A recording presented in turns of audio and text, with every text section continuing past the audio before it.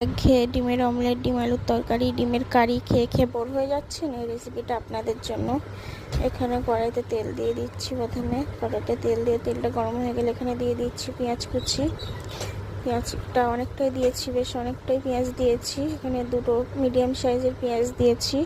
তারপর এখানে টমেটো কুচি, লবণ ভালো করে দিয়ে নাড়াচাড়া করে এখানে দিয়ে দিচ্ছি লঙ্কা গুঁড়ো, ধনিয়া গুঁড়ো, গোলমরিচ গুঁড়ো, হলুদ গুঁড়ো, আদা রসুন বাটা সব কিছু একসাথে দিয়ে ভালো করে কষিয়ে নেব।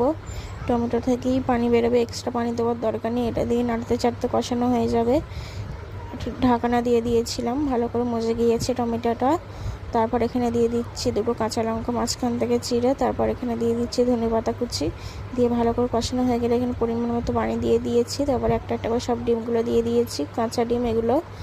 দেখুন কিভাবে দিচ্ছি, দেখেই বুঝতে পারছেন। তারপর এখানে ফুটে গেলে তারপর এখানে দিয়ে দিচ্ছি গরম মশলা গুঁড়ো, ধনেপাতা কুচি দিয়ে ভালো করে ফুটিয়ে দিচ্ছি।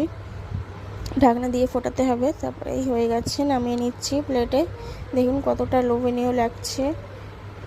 দেখুন কেমন লাগলো ছোট্ট একটা কমেন্টে জানাবেন।